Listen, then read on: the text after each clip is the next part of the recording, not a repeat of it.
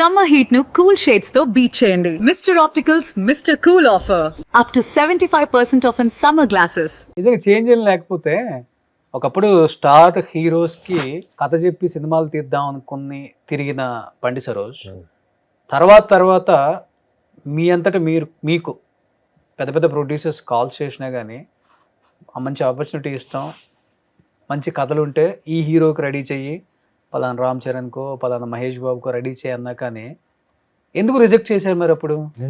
నేను వచ్చిందే జూనియర్ ఆర్టిస్ట్కి వచ్చానండి, హీరో అవుదామని వచ్చా.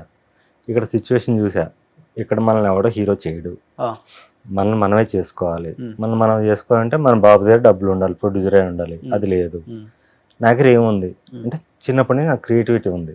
సో దీన్ని నన్ను నేను రెడీ చేసుకుందాం, క్రియేటర్ని అవుదాం, ఒక డైరెక్టర్ అయిన తర్వాత నన్ను నేను హీరోని చేసుకుందాం అని చెప్పి డైరెక్షన్ అనేది స్టార్ట్ చేశా. మీరు కథలు రాసుకోవడం, డైరెక్షన్ గురించి తెలుసుకోవడం, నేర్చుకోవడం ఇవన్నీ చేస్తున్నప్పుడు నన్ను అందరు క్రిటిసైజ్ చేసేవాళ్ళు.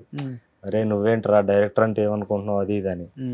తర్వాత నేను వడ్డీ నవీన్, తారక రత్న ఇలా ఫ్లాప్ యాక్టర్స్ ఎవరైతే ఉన్నారో అప్పుడు మార్కెట్ లేని వాళ్ళు, వీళ్ళని మనం స్టార్లను చేస్తే మనకు పేరు వస్తుంది అని చెప్పి వాళ్ళతో కొంచెం జర్నీ చేశాను.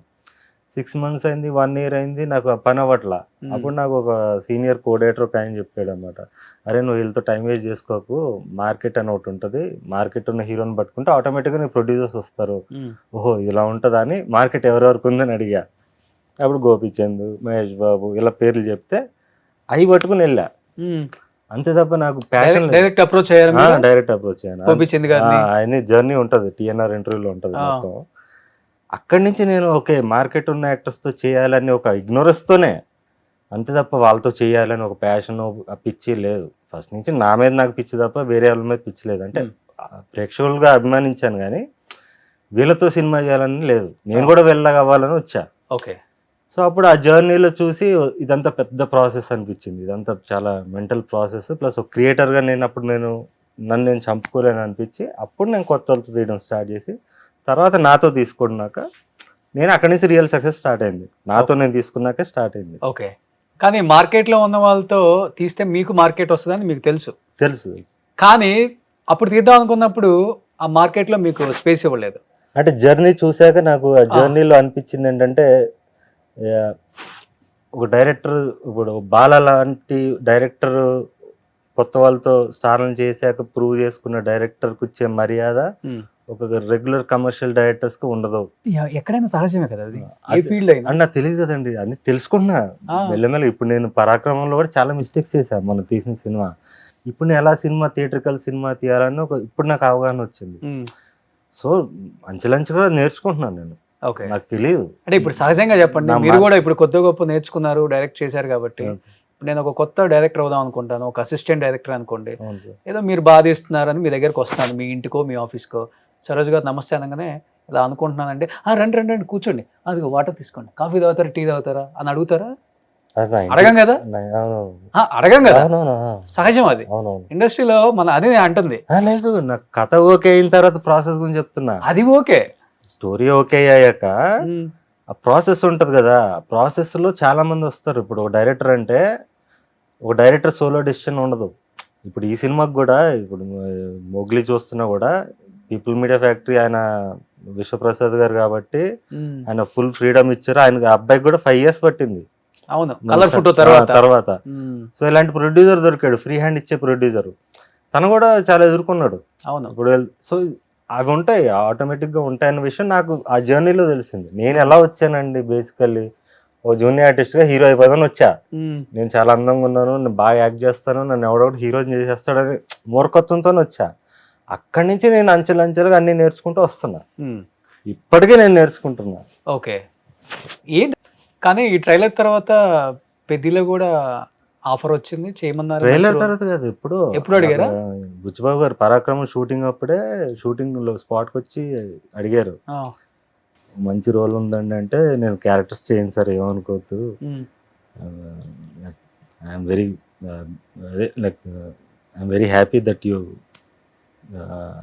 ఐడెంటిఫైడ్ మీ, బట్ నేను క్యారెక్టర్స్ చేయను అని చెప్పాను. తర్వాత మళ్ళీ నేను ప్రీ రిలీజ్ ఈవెంట్ పిలిచినప్పుడు వచ్చారు ఆయన. పాపం అదే మనసులో పెట్టుకోకుండా కూడా వీ హ్యావ్ గుడ్ రిలేషన్.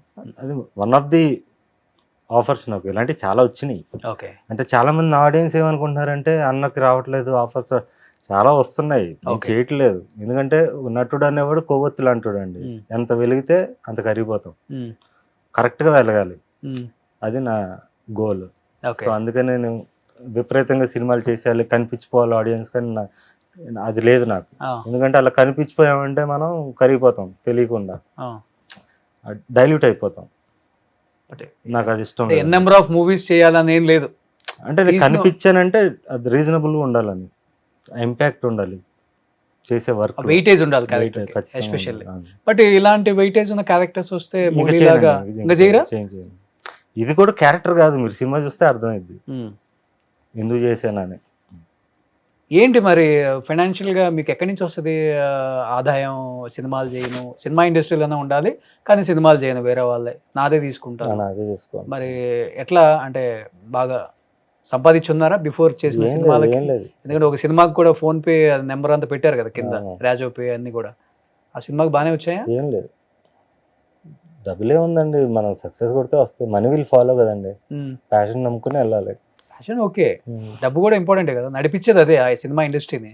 డబ్బు అంటే దేనికి కావాలండి? నాకు లగ్జరీ లేదు, నా లైఫ్లో లగ్జరీకి నేను ఇంపార్టెన్స్ ఇవ్వను. ఇల్లు కొనుక్కున్నారు కదా?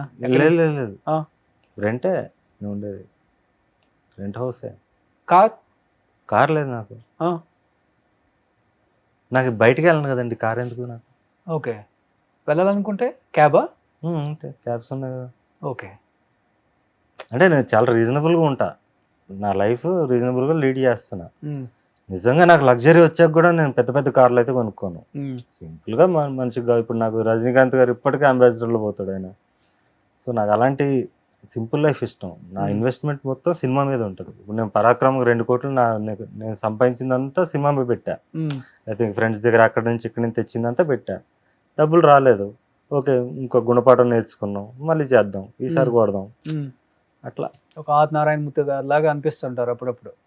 అదే నేను కమర్షియల్గా కొట్టాను. ఆయన కూడా సినిమా మీద సంపాదించిన సినిమా మీదే పెడుతుంటారు. ఓకే, ఆయన లైఫ్ స్టైల్ అంటే, ఆయన లైఫ్ స్టైల్ నిజంగా గ్రేట్. ఆయన గ్రేట్ అండి. ఎవరు ఉంటారు అట్లా? అవునండి. ఆయన మళ్ళీ మధ్యలో క్యారెక్టర్లు చేశారు, ఆయనకి సొంత ఇల్లు లేదు. క్యారెక్టర్స్ చేయలేదు కదండి. చేశారు ఆయన కొన్ని.